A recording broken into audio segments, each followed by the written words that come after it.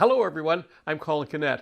Today I've got a list of tips and tricks that I use in my own shop, and I'll bet you if you try them once or twice, you'll adopt them for your shop as well. So let's have a look. One of the most common questions I get is my table saw blade or my router bit is burning my wood. What can I do?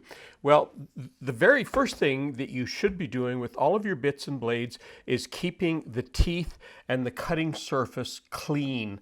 And there is bit and blade cleaner that you can get, and every one that I've ever seen, these are now all biodegradable, and you can see that I put this in a different bottle than what it comes in, and the reason for that is I want to be able to get in right into the teeth all the time. I don't need to coat the whole blade, and that's why I like to use, if I have a pail lid. This works good for being able to distribute the cleaner and not getting it anywhere. But look, if you don't have a pail lid like this, you know what works fine is just an old plastic bag or a new plastic bag. You're not going to be using gallons of this stuff. It's only going to get damp is the worst thing that's going to happen.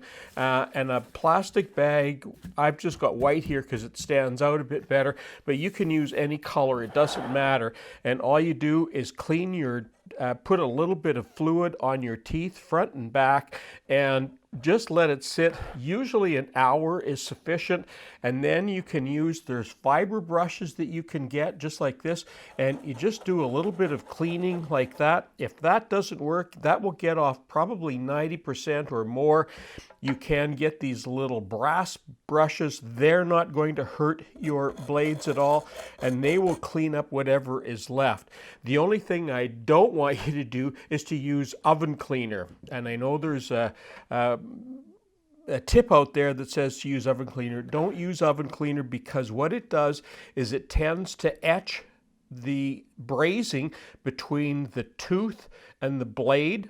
And if you do that enough times, that little bit of etching every time tends to weaken the blades, or the teeth rather, and then you'll have a problem. You can have a problem with the teeth coming off during a cut. So keep your blades and your bits clean, and that's the first step in eliminating burn on your wood. Here's a little trick I use all the time. Whenever I'm trying to figure out what the center of a board is, and it doesn't matter how wide it is, if I want to cut it in half, I need to know where to set my blade. And one of the tricks that we've learned, and I don't know where I learned this many, many years ago, if you put the edge of a tape on one side, and however wide the board is, you can go any angle you want. In this case, I'm going to go to 4, but I could go to 6 or 8, and whatever half of 8 is, in this case it's 4, and if I mark right at that number 4, move my finger out of the way so you can see it, right at that number 4, that'll be the center of that board. But if I were to use it at 4 and go on either side, I can see that it's right at the number 2 there. That's where the mark is that I just made. So a quick way of finding the center of a board. Now, what I learned the hard way is that if the edge of the tape is on that side, you need to use the same side of the tape.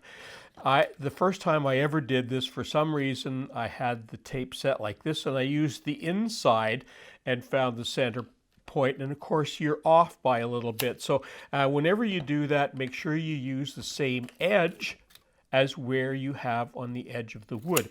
Now, if you want to be really accurate, I would typically use a steel rule for that, but if you want to be really accurate and you have another kind of rule, just a steel rule or anything like this, I'm using my engineer's rule just because you can see it a little bit easier.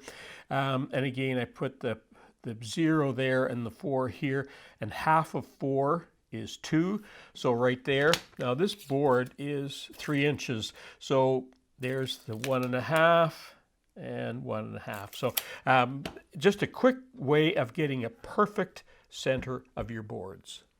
I have a number of acid brushes, and these always come I don't know what that is, about an inch or so long, but I always take them and cut them off, and I just cut them off with scissors, and I always have a few on hand because these are really good for when you're gluing dowels. If you're using dowels and need to get into the flutes, they're really quick and handy for that. And the reason I cut this off is because you don't want to get a flood of glue on here. You need sufficient glue, but when you've got glue, a big long brush like this, you can end up with too much. You just don't have the control when the bristles are really long like that.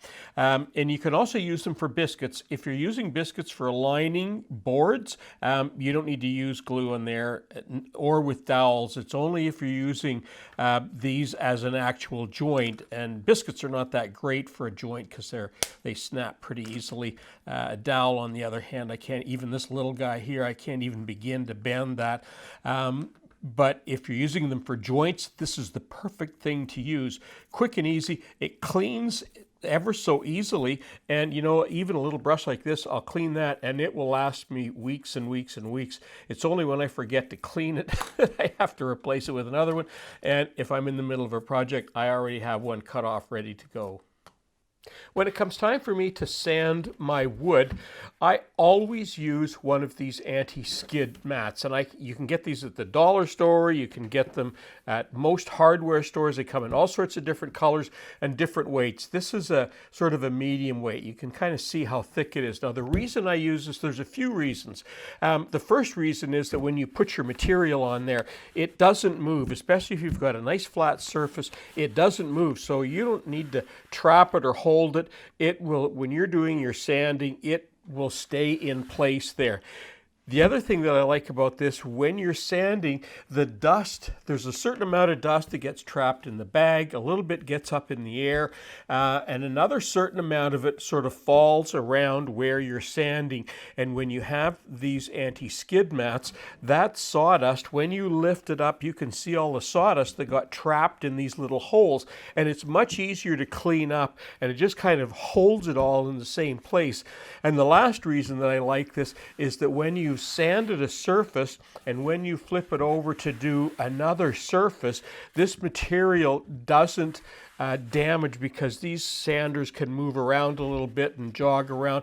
And if you don't use this, if you just have it on a hard surface, sometimes you'll get little bangs and scratches and dents and so on. So it prevents all of that. The worst thing you'll get is a little bit of echoing of the sort of pattern that's on here, and you just wipe that off. That's nothing. So a really good thing to do for your sanding. Well, that concludes my video for today. Just some quick little tips to help you around the workshop. I'm Colin Canet for Woodwork Web. Thanks for watching.